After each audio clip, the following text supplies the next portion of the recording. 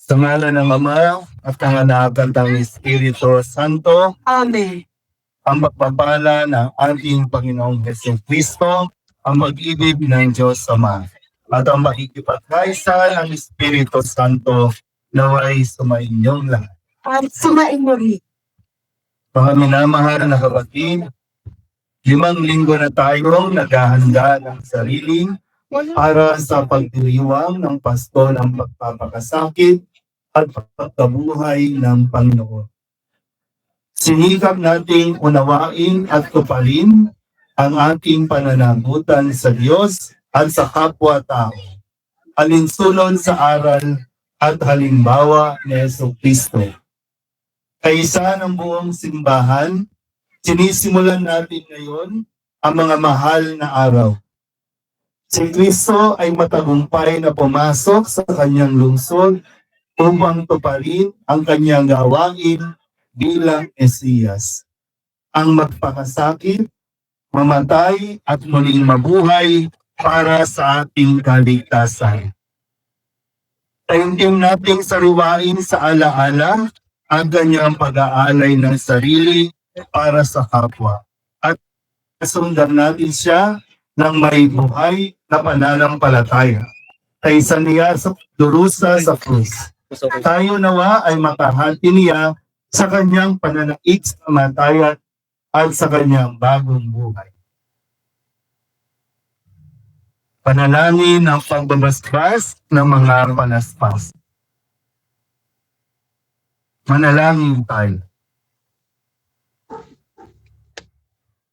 Ama naming makapangyarihan, ang mga palaspas na ito ay iyong pagpalain at pabanalin upang sa pasaya naming pagpupuli sa Mesiyas na aming hari, siya'y aming masundan at sa pamamagitan niya'y aming sakitin ang hindi magmamaliw na lungsod ng Jerusalem na kanyang pinag-aharian, kasama mo at ng Espiritu Santo magpasawalang hanggan. Amen.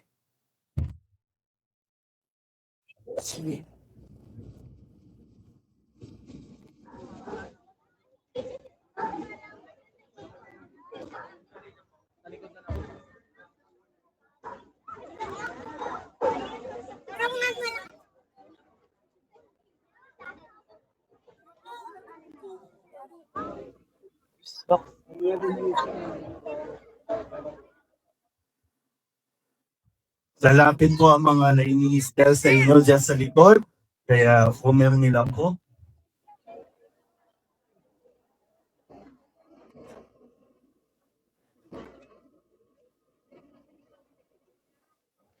Sumainyo ang Panginoon. At sumain.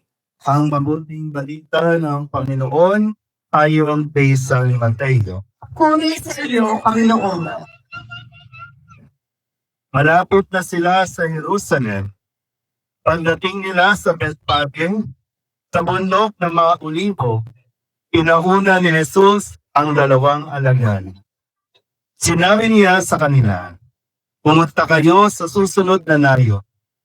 Makikita ninyo roon ang isang inahing asno na nakatali, kasama ang kanyang lisiro. Talagin ninyo ang talhin dito. Kapag may sumita sa inyo, sabihin ninyong kailangan ng Panginoon at hindi nakikibok iyon." Nangyari ito upang matupad ang sinabi ng propeta. Sabihin ninyo sa lungsod ng Sion, masdan mo, dumarating ang iyong hari.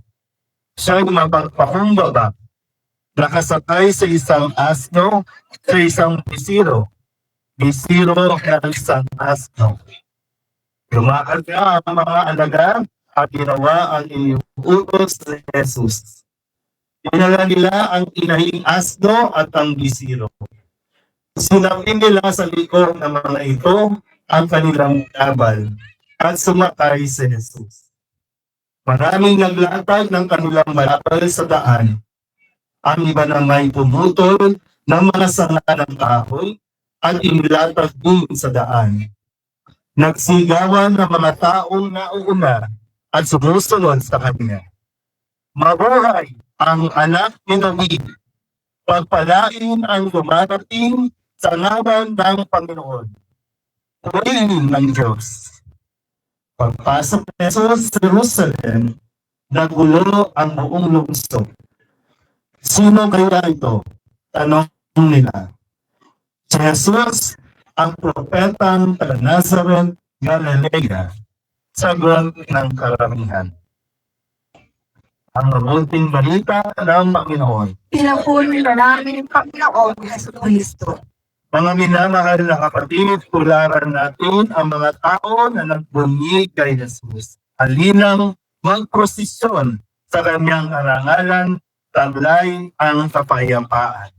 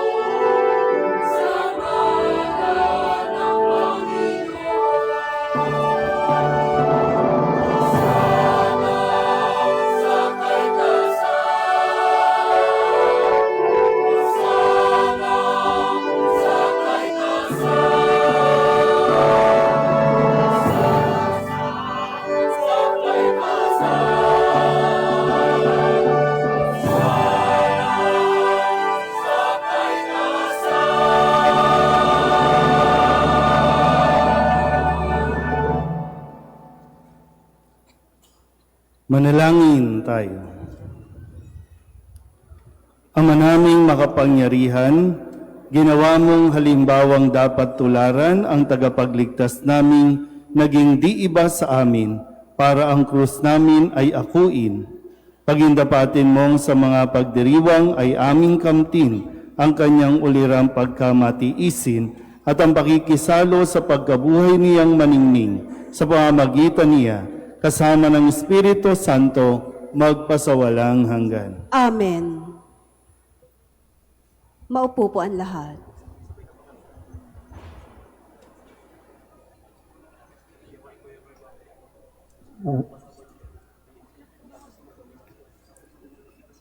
Pagbasa mula sa aklat ni Propeta Isaías. Ang makapangyarihang Panginoon ang nagturo sa akin nang sasabihin ko para tulungan ang mahihina. Tuwing umagay, kanyang binubuksan ang aking pandinig. Nananabik akong malaman kung ano ang ituturo niya sa akin. Binigyan niya ako ng pangunawa. Hindi ako naghimagsik ni tumalikod sa kanya. Hindi ako tumutol nang bugbugin nila ako. Hindi ako kumibo nang ako'y kanilang insultuhin. Pinabayaan ko silang bunutin ang buhok ko't balbas. Gayon din nang lurhan nila ako sa muka. Ang mga pagdustang ginawa nila'y di ko pinapansin, pagkat ang makapangyarihang Panginoon ang tumutulong sa akin. Handa akong magtiis na sampaling parang bato, pagkat aking batid na ang sarili ko'y di mapapahiya. Ang salita ng Diyos. Salamat sa Diyos.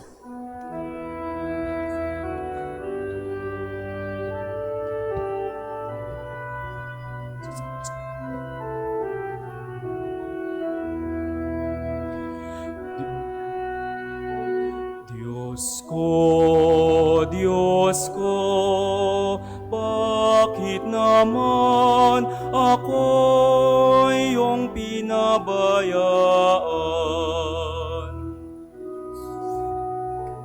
Diyos ko,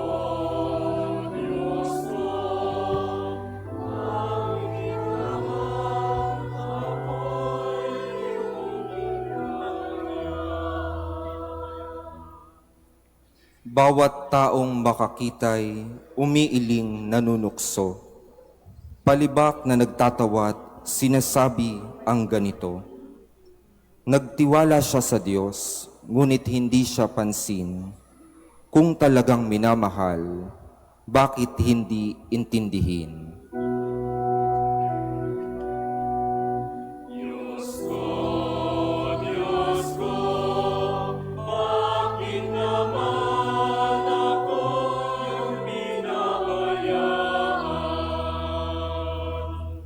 May pangkat ng mga buhong na sa aki pumalikid, para akong nasa gitna niyong asong mababangis. Mga kamay ko at paay butas sa pakong matulis. Ang buto ng katawan ko ay mabibilang sa masid.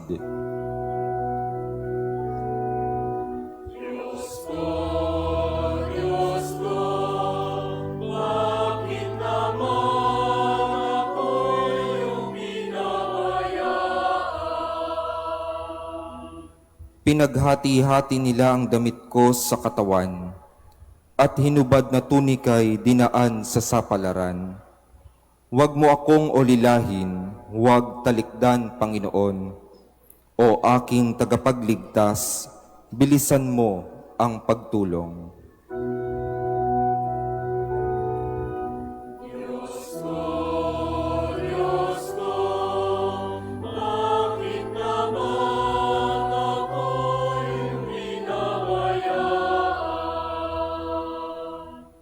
Ang lahat ng ginawa mo'y ihahayag ko sa lahat.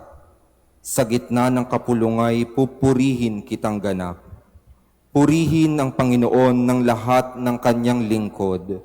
Siya'y inyong dakilain, kayong angkan ni Jacob. Ikaw bayan ng Israel, ay sumamba at maglingkod. Diyos ko, bakit naman ako'y lumina? Diyos ko, bakit naman ako'y pinabayaan?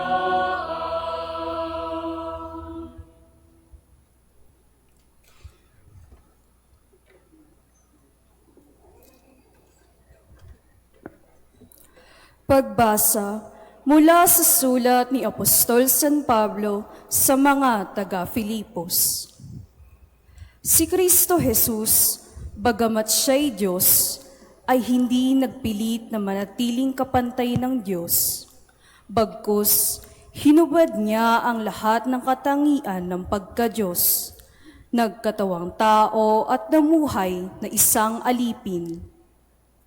Nang maging tao, siya'y nagpakababa at naging masunurin hanggang kamatayan. Oo, hanggang kamatayan sa krus. Kaya naman, siya'y itinampok ng Diyos at binigyan ng pangalang higit sa lahat ng pangalan. Ano pat ang lahat ng nilalang na nasa langit, nasa lupa, at nasa ilalim ng lupa ay maninilukhod at sasamba sa Kanya. At ipapahayag ng lahat na si Jesucristo ang Panginoon sa ikararangal ng Diyos Ama. Ang salita ng Diyos. Salamat sa Diyos.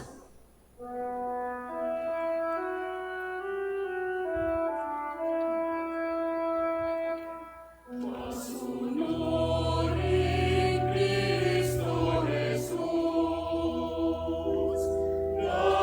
naghain ang buhay sa krus, kayang kinakila ng Diyos, binigyan ng alang tampok, sa langit at sansinuko.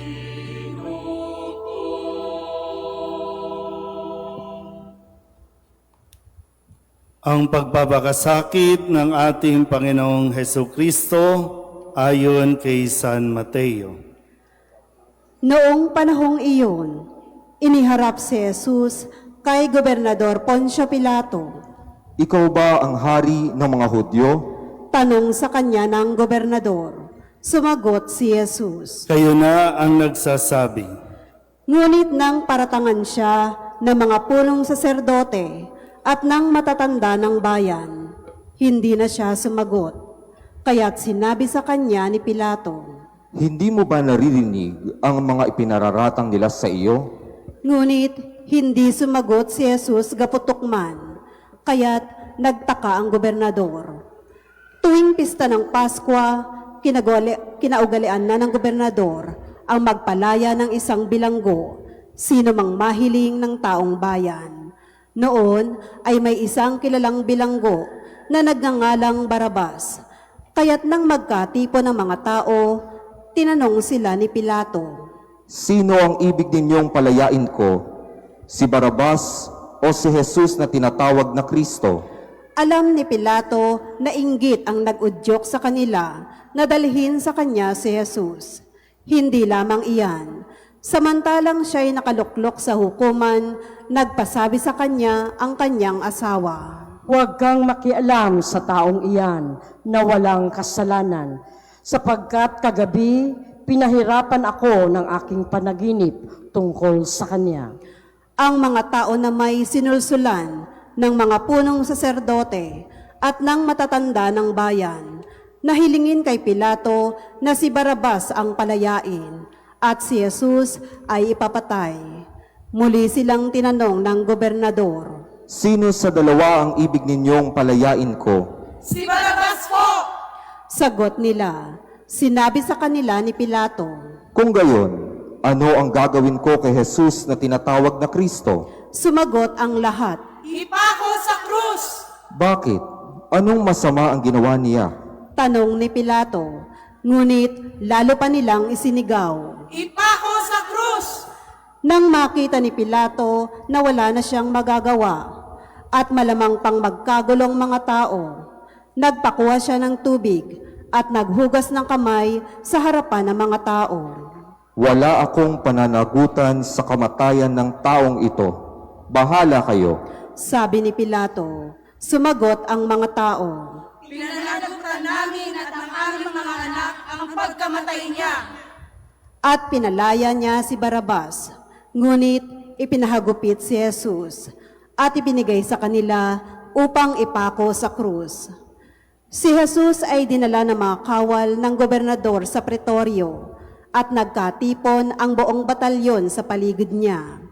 Hinubaran nila siya at sinuotan ng isang balabal na pulang-pula.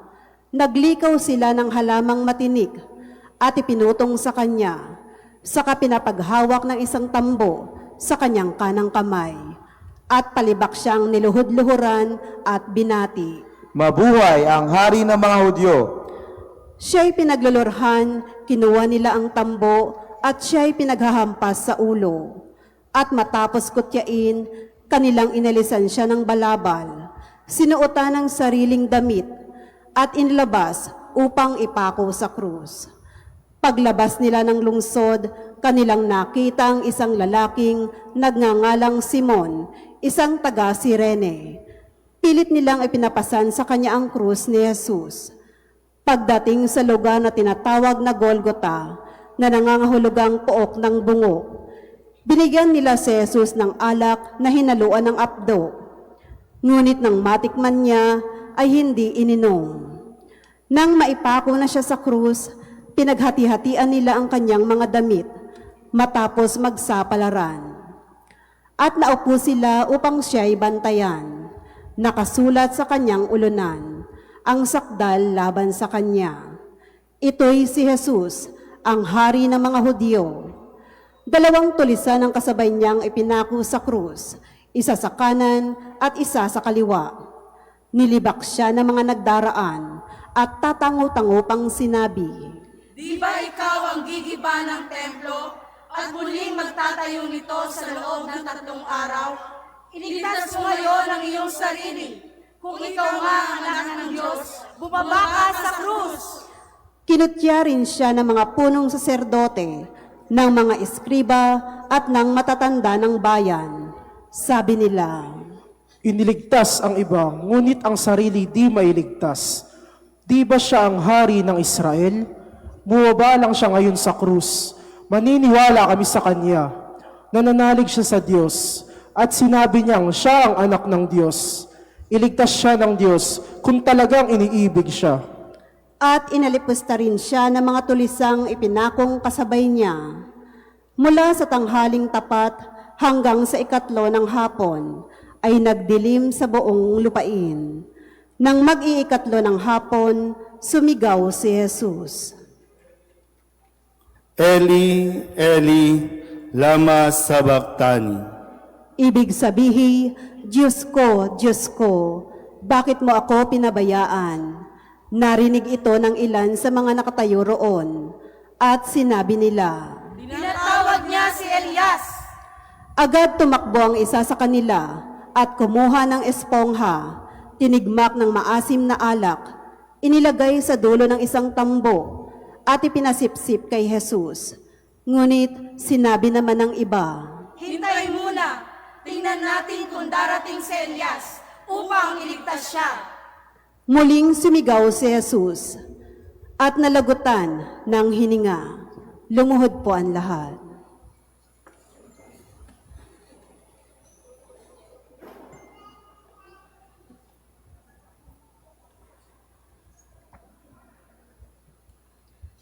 Tumayo na po ang lahat.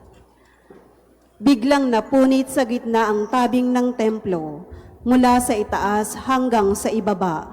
Nayanig ang lupa, nagbitak ang mga bato, nabuksan ang mga libingan, at nabuhay ang maraming banal na namatay na.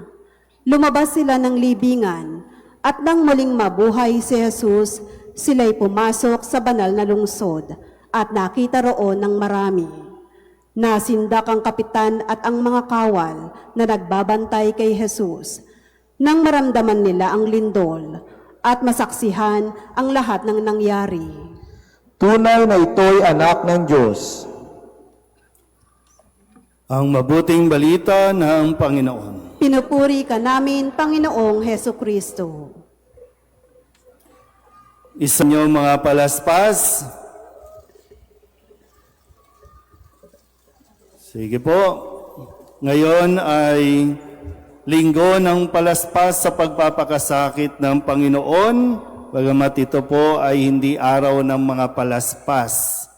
Hindi nakasentro sa palaspas, kundi nakasentro sa pagpapakasakit na gagawin ng ating Panginoon.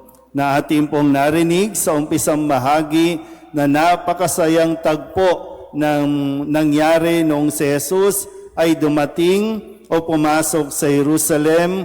Napakaraming tao ang nag-abang, napakaraming tao ang nakikisaya, kung kaya't sila po ay pumutol ng mga palmera, pumutol ng mga dahon, mga sanga, na ngayon ay tinatawag natin din mga palaspas upang ipahayag ang kanilang pag-welcome, ang kanilang pagbati sa pagdating ng Panginoong Hesukristo, na para bang si Kristo ay isang hari na dumarating na matagumpay. Paki-wave nga ulit ang inyong mga palaspas. Parang pagod na agad Gusto nyo yan eh. Sige po. Sana po naintindihan, no? Kasi talagang minsan o madalas may mga pagkakataong hindi kayo makontento na isang wisik lang sa inyo mga palaspas. Kailangan basang-basa kayo. Kaya kahit nabasbasan na, mamaya magpapabasbas ulit yan. At tandaan nyo rin hindi yan agimat, hindi yan anting-anting na po pwede nating gamitin. Hindi rin yan pantaboy ng mga masasamang espiritu. Yan ay pantaboy dyan sa katabi ninyo. Kapag yung bunganga niyan, wagas kung makapagsalita, hampasin nyo ng palaspas. Kasi, di ba, sumisigaw tayo, Hosana sa anak ni David. Purihin ang dumarating. Si Kristo ang ating hari. Yun ang lumalabas sa ating bibig. Kaya lang pagkadating o pagkatapos ng araw na ito, yung mga bunganga na naman natin, Uy, Mari, alam mo ba latest? Alam mo ba nangyari kay Naku, alam nyo ba si Ninyo, isa sa mga apostol? Naku. O yung iba nga umatras di ba? Ayaw, nag-iinarte pa. No? Kaysa hindi pwede. Di ba? Kasi parang yung pagwawagayway natin ng palaspas at mamaya, pag uwi ninyo, makikita kayo ulit ng mga tao na may daladalang palaspas. Ibig sabihin, galing yan doon sa simbahan. Nakisaya yan sa simbahan. Kahit napagod na yung mga Karakol girls natin, talagang nakisaya yan doon sa pagdiriwang. Ibig sabihin ay kapanalig yan ni Kristo. Alagad yan ni Kristo. Follower yan ni Kristo. Katoliko yan. Wala, malalaman nila. Sabihin nyo nga sa katabi niyo, nakita kita Maka sa susunod, makikita ka, nandoon ka na naman sa isang politiko na magwawaldas na naman. Alagad ka ni Kristo. Kaya nga, ngayon, sana po, mapanindigan natin kahit ito lang. Tingnan nyo nga yung mga nasa paligid ninyo, tingnan nyo mga mukha, Tingnan nyo. Baka mamaya, wala na sa Good Friday yan. Hindi na umabot. Tandaan nyo, kahit ito lang. Maging consistent lang na ito mula ngayon hanggang sa Pasko ng pagkabuhay, nandito ka. Sinong gustong nandito pa hanggang Pasko ng pagkabuhay? Yung iba, Lord, kunin mo na. Huwebes Santo pa lang. Ano, kaya bang panindigan yung pagwawagayway natin, nasasamahan natin si Kristo, hindi lang sa ligaya, hindi lang sa kainan, hindi lang sa pagsasaya. Wawagayway ba natin yan? Sasamahan ba natin siya hanggang sa kamatayan? Kasi yung mga sasama kay Kristo hanggang Biyernes Santo, tiyak bubuhayin ni Kristo sa pagkabuhay ng Sabado de Gloria. Tandaan nyo yan, ha? Kaya magpaalam na kayo sa isa't isa. Baka hindi na kayo magkita sa susunod na araw kasi wala na, no? Kaya lagi kong kanina binanggit ko ulit sa interview na isang biyaya na rin na tumaas ang presyo ng gasolina para hindi kayo makagala sa Biyernes Santo. Dahil ang ugali ng mga Katoliko, kapag araw ng palaspas, puno ang simbahan. Pero kapag Biyernes Santo na, ando nagtatampisaw na sa mga swimming pool. O, pues ngayon, 150 per liter, mahal. Saka na kayo mag-outing pagtapos na ang gera. Saka na kayo mag-outing kapag matino na ang isip ng ating mga leader na hindi madesisyonan kung paano pabababain ang presyo. Talagang kalbaryo, di ba? Magsisimula. Alam niyo yun, di ba? Parang laging may dahilan at paraan ng Diyos para kayo mapanatili. Pero siyempre, matitigas ang ulo. Father, nakapagpabook na po kami 2 months ago pa. Sayang naman po ang ticket. Lalo pa yung mga nagsayaw, napagod, no? Deserve daw nilang mag-outing. Pero 'di ba? Nakikita ba natin yung ating pag-uugali sa mga araw na mga ito, sa mga susunod? Mahal na araw na. Uy, mahal na araw na. So, bigay naman natin ito sa Diyos. Maraming holidays na po pwedeng ibigay para sa iyo, para sa family mo. Maraming paraan din ng banding. Pwede din maging banding ng family ninyo ang mga mahal na araw. Yung sama-sama kayong magpupuri sa Diyos at sama-sama din kayo na tutunghayan ng pagpapakasakit at pagkabuhay ni Kristo. Kaya nga sa pagwawagayway natin ng mga palaspas, si Kristo ay kasama natin sa kaligayahan at kasama tayo ni Kristo maging sa ating kahirapan para ibangon tayo para sa muling pagkabuhay. Pakiwagayway nga ulit ang mga palaspas at pakisabing, Hosana sa anak ni David. Magsitayo ang lahat, ipahayag natin ang ating pananampalataya. Sumasampalataya ako Sa Diyos amang makapangyarihan sa lahat, na may gawa ng langit at lupa. Sumasampalataya ako kay Jesucristo, iisang anak ng Diyos, Panginoon nating lahat. Nagkatawang tao siya lalang ng Espiritu Santo, ipinanganak ni Santa Mariang Birhen, pinagpakasakit ni Poncio Pilato, ipinako sa krus na matay inilibing, nanaog sa kinaroroonan ng mga yumao, nang may 3 araw na buhay na mag-uli, umakyat sa langit, naluluklok sa kanan ng Diyos amang makapangyarihan sa lahat.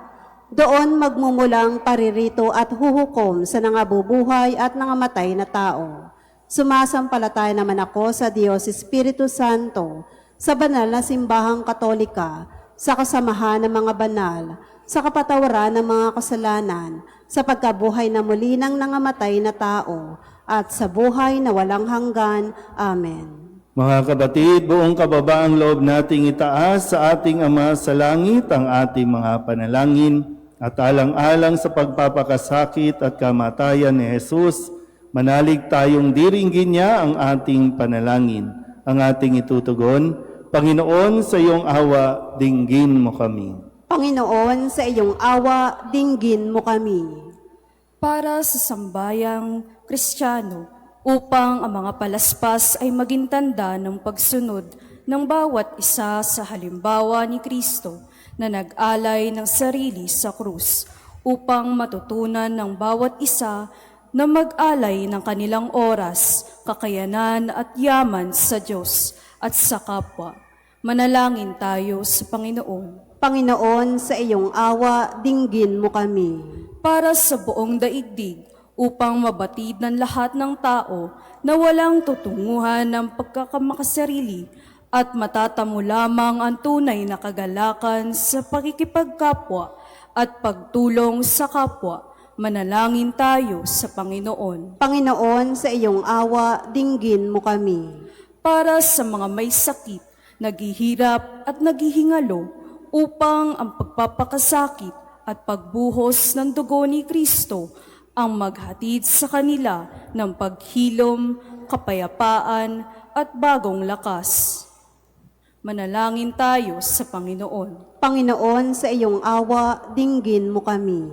Para sa ating pamayanan, upang piliin nating lumakad kasama si Kristo, manatiling kasama niya sa panalangin, tumayo tayo sa paanan ng krus, upang sa huli ay magkasalo tayo sa kagalakan at kaligtasan ng muling pagkabuhay.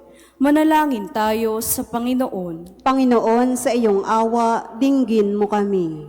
Para sa mga yumao, magkasapit nawa sila sa bagong Jerusalem sa pamamagitan ng pag-aalay ng Panginoon. Manalangin tayo sa Panginoon. Panginoon, sa iyong awa, dinggin mo kami. Ama naming mapagmahal, ipinakita mo ang iyong pag-ibig sa anak mong nakabayubay sa krus. Alang-alang sa kanyang pag-aalay, dinggin mo nawa ang mga panalangin itinataas namin sa iyo. Gawin mo kaming kaisa niya upang amin siyang masundan at makisalo kami sa kanyang buhay, ngayon at magpasawalang hanggan. Amen.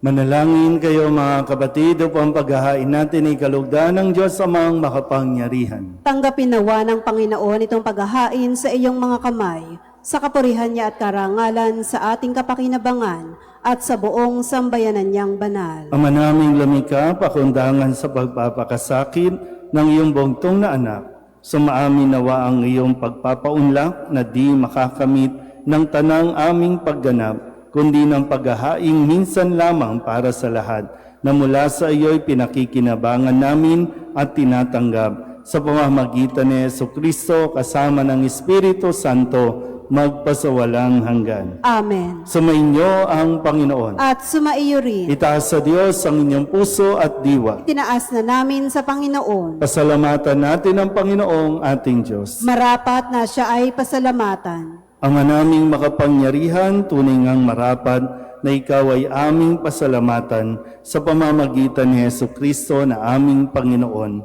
Wala siyang kasalanan, ngunit inaring salarin sa pagmamalasakit niyang kami palayain. Sa kamatayang kinasuungan namin, kaya't namatay siya upang kami buhayin. Kaya kaysa ng mga anghel na nagsisiawid ng papuri sa iyo, nang walang humpay sa kalangitan, kami nagbubunyi sa iyong kadakilaan.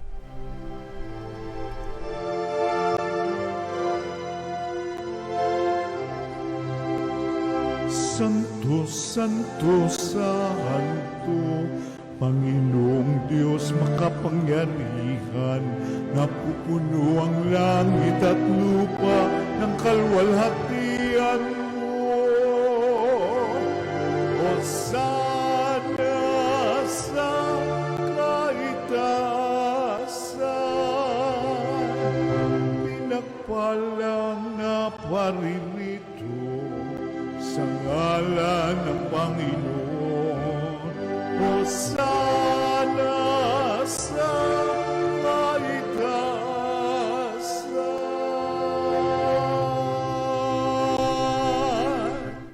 Ama naming banal, ikaw ang bukal ng tanang kabanalan.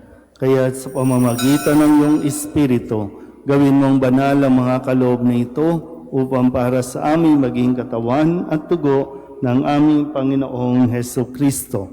Bago niya pinagtiis ang kusang loob na maging handog, inawakan niya ang tinapay, pinasalamatan kaniya, pinaghati-hati niya iyon, iniabot sa kanyang mga alagad at sinabi, "Tanggapin ninyong lahat ito at kanin, ito ang aking katawan na ihahandog para sa inyo."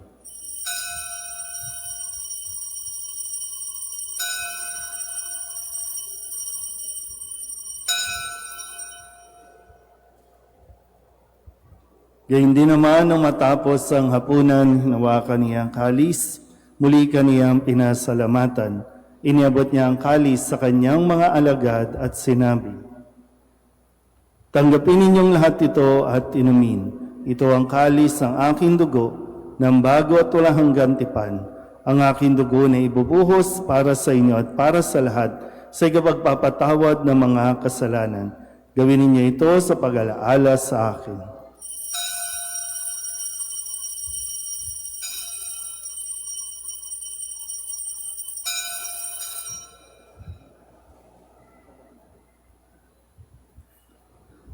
Ipagbunyi natin ang misteryo ng pananampalataya.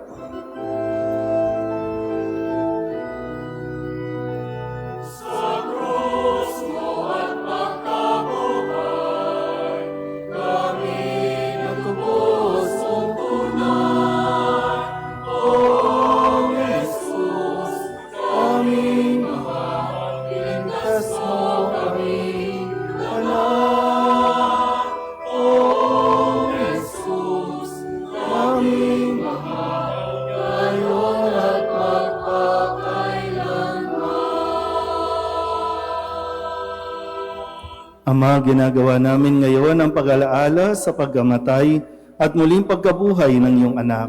Kaya tiniaalay namin sa iyo ang tinapay na nagbibigay buhay at ang kalis na nagkakaloob ng kaligtasan. Kami nagpapasalamat dahil kami iyong minarapat na tumayo sa harap mo para maglingkod sa iyo. Isinasamo namin kami magsasalo-salo sa katawan at tugo ni Kristo ay mabuklod sa pagkakaisa sa pamamagitan ng Espiritu Santo. Amalingapin mo ang iyong simbahang laganap sa buong daigdig. Puspusin mo kami sa pag-ibig kay San Leo na aming Papa at ni Jose na aming Obispo at ng Tanang Kaparian. Alalahanin mo rin ang mga kapatid naming nahimlay na may pag-asang sila'y muling mabubuhay, gayon din ang lahat ng mga pumanaw. Kawaan mo sila at patuloyin sa iyong kaliwanagan. Kawaan mo at pagindapating kaming lahat na makasalo sa iyong buhay na walang wakas. Kaysa ng mahal na Birheng Maria na Ina ng Diyos, ng kanyang kabiyak ng pusong si San Jose.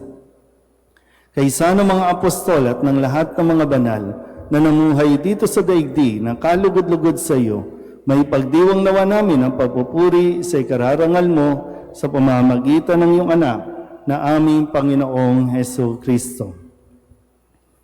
Sa pamamagitan ni Kristo, kasama niya at sa Kanya, ang lahat ng parangal at papuri ay sa iyo, Diyos Amang makapangyarihan, kasama ng Espiritu Santo, magpasawalang hanggan.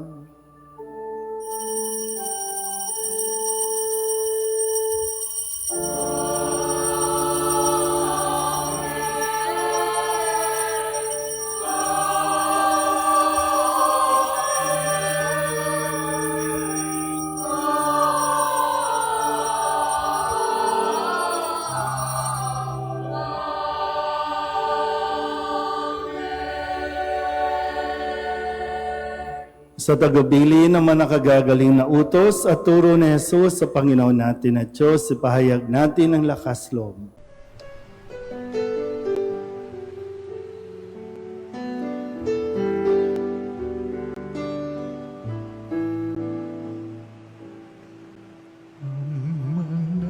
namin sumasalang ka, sambahin ang ngalan mo, mapasa amin ang kaharian mo, sundin ang loob mo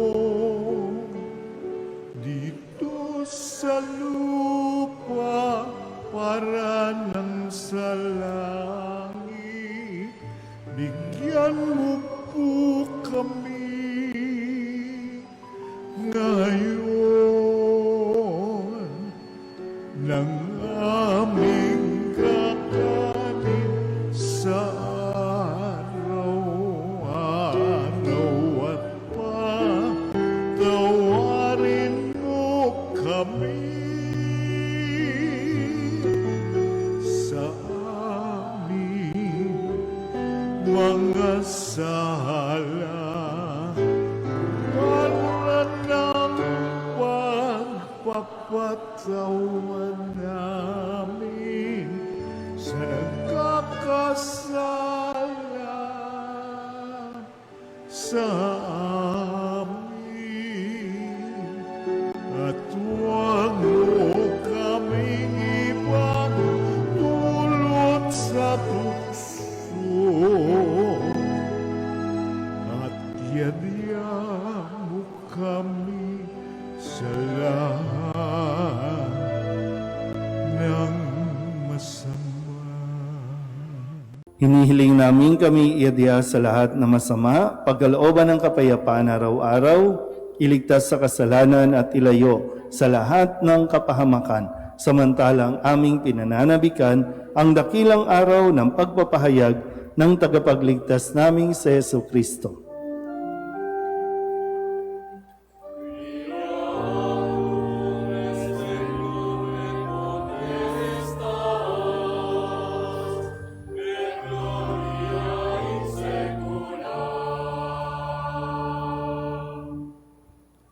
Panginoong Heso Kristo, sinabi mo sa iyong mga apostol, kapayapaan ang iniiwan ko sa inyo, ang aking kapayapaan ang binibigay ko sa inyo.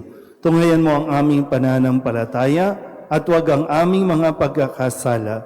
Pagkalooban mo kami na kapayapaan at pagkakaisa ayon sa iyong kalooban, kasama ng Espiritu Santo, magpasawalang hanggan. Amen. Ang kapayapaan ng Panginoon ay laging sumainyo. At sumaiyo rin. Mabigayan po tayo ng kapayapaan sa isa't isa.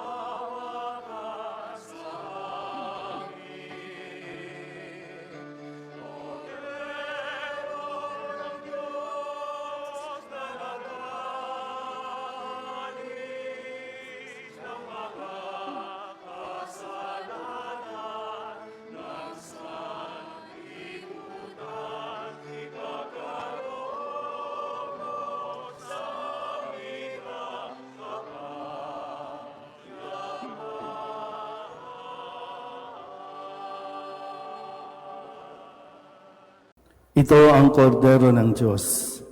Ito ang nag-aalis ng kasalanan ng sanlibutan.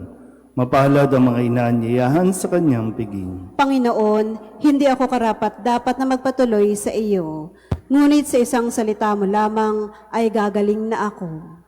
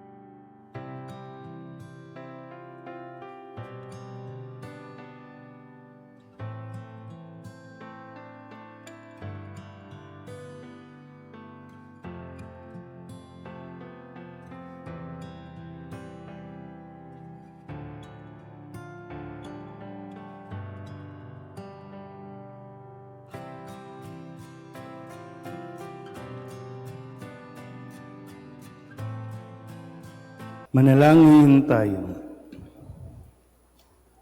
Ama naming mapagmahal, ngayong kami pinapagsalo mo sa banal na pakikinabang, kami iyong pinalingong may pag-asa sa aming sinasampalatayanan, pakundangan sa pagkamatay ng iyong anak.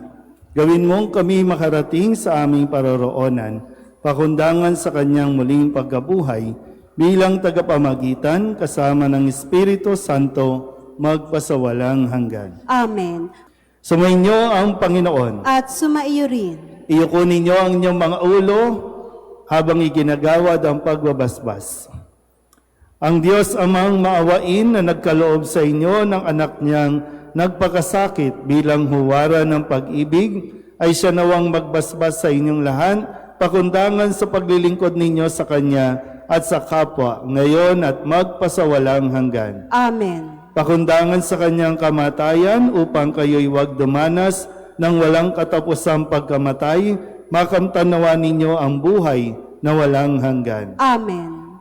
Pakundangan sa pagpapakumbaba niya para sa inyong kapakanan, kayo naway makasalo sa kanyang muling pagkabuhay, ngayon at magpasawalang hanggan. Amen. At pagpalain kayo ng makapangyarihang Diyos, Ama at Anak at Espiritu Santo. Amen. Tapos ang banal na misa, umayo tayo sa kapayapaan ni Kristo. Salamat sa Diyos.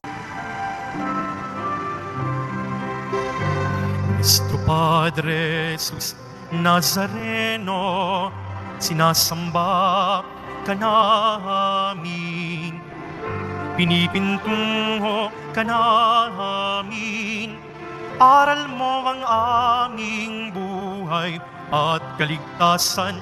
Nuestro Padre Jesus Nazareno, iligtas mo kami sa kasalanan.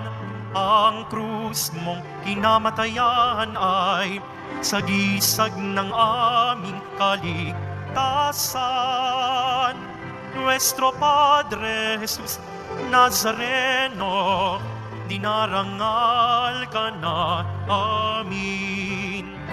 Nuestro Padre Jesus Nazareno, nilulwalhati ka namin. Nuestro Padre Jesus Nazareno, dinarangal ka na amin. Nuestro Padre Jesus Nazareno, nilulwalhati ka namin.